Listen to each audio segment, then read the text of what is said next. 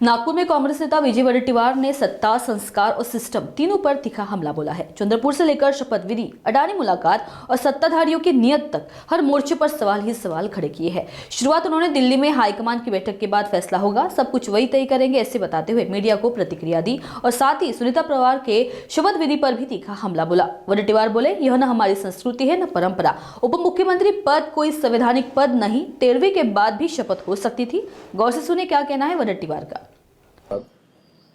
मी जरा हायकमांडशी चर्चा करून पुढचा निर्णय घेणार आहे। कधीपर्यंत करेल काय अंदाज तुमचे नगरसेवक आहे? नाही, उद्याच्या बैठकीनंतर सगळं संपेल असं मला वाटतं। उद्या हायकमांडकडे वेणुगोपालजींनी बैठक लावली, त्या बैठकीमध्ये जे ठरेल त्या पद्धतीने पुढे जाऊ। दिल्लीपर्यंत चर्चा का करावी लागली? खरं तर हा स्थानिक पातळीवरचा सगळा निर्णय नाही, खूप गोष्टी आता पडद्यामागे झालेल्या आहेत, त्यावर अधिक भाष्य करण्याची मला गरज वाटत नाही। पण यावर आता मी जो निर्णय आहे तो हायकमांडकडे सोपवलेला आहे। नियुक्त उपमुख्यमंत्री सुनीता पवार कृती संगमावर पोहोचलेले आहे, त्यांनी आजपासून आपलं कामकाज जे आहे ते सुरू केलेलं आहे। खरं तर आपल्या संस्कृतीला आणि आपल्या हिंदू परंपरेला धरून हा काही कार्यक्रम शपथविधीचा झाला असं कोणीच मानायला तयार नाही। त्या संदर्भात खूप मोठ्या प्रमाणामध्ये ट्रोल केला जात आहे। हा निर्णय सुनेत्राताई पवारांनी का एवढा घाईने घेतला असं लोकांचं मत आहे। कदाचित भारतीय जनता पक्षाच्या दबावापुढे हा निर्णय झाला असावा, कारण विलिनीकरण होऊच नये अशा प्रकारची भूमिका भारतीय जनता पक्षाची होती आणि त्यातील भारतीय जनता पक्षाला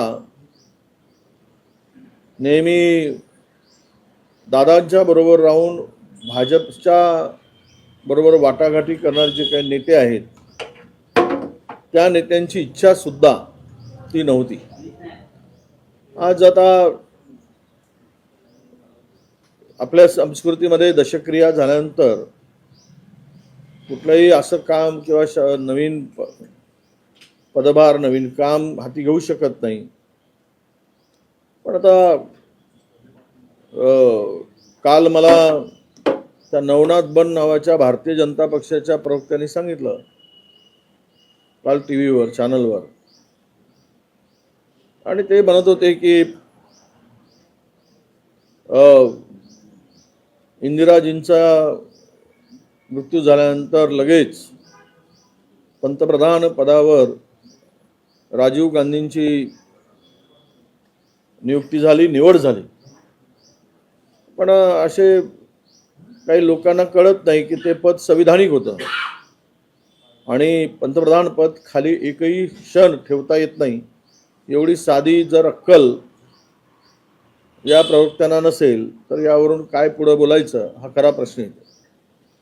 हे उपमुख्यमंत्री पद कुठल्याही घटनात्मक पद नाही, कुठलंही संविधानिक पद नाही। त्यामुळे हे संपूर्ण 13वीचा कार्यक्रम झाल्यानंतर सुद्धा करता आलं असतं, पण यामध्ये खूप काही शिजत आहे आणि दोन राष्ट्रवादी एकत्र येण्याची इच्छा अजितदादांची होती असे त्यांचे शरद पवार साहेबांचे प्रदेशाध्यक्ष शशिकांतजी शिंदे यांनी सांगितलं।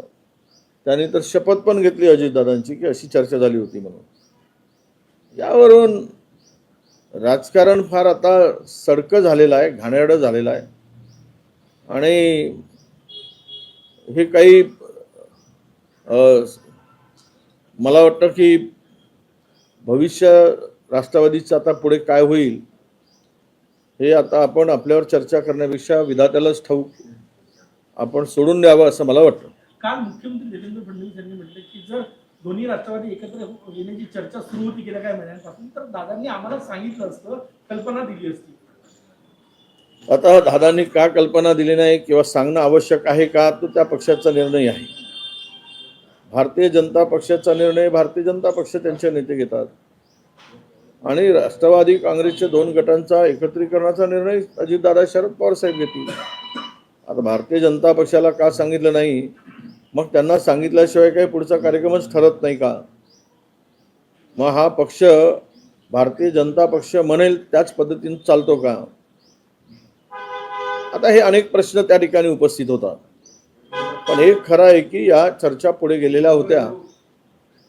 हे ठासून पवारसाहेबांचे जवळचे लोक सगळे सांगतायत. त्यावरून आता यावर आम्ही बोलण्यापेक्षा त्या दोनही पक्षातील नेत्यांना सगळं ठाऊक आहे. पण एक खरं की 2 पक्ष एकत्र येऊ नयेत हा कट कुठेतरी शिजला आणि त्यातून ही ठिगणी पडली असं मला वाटतं.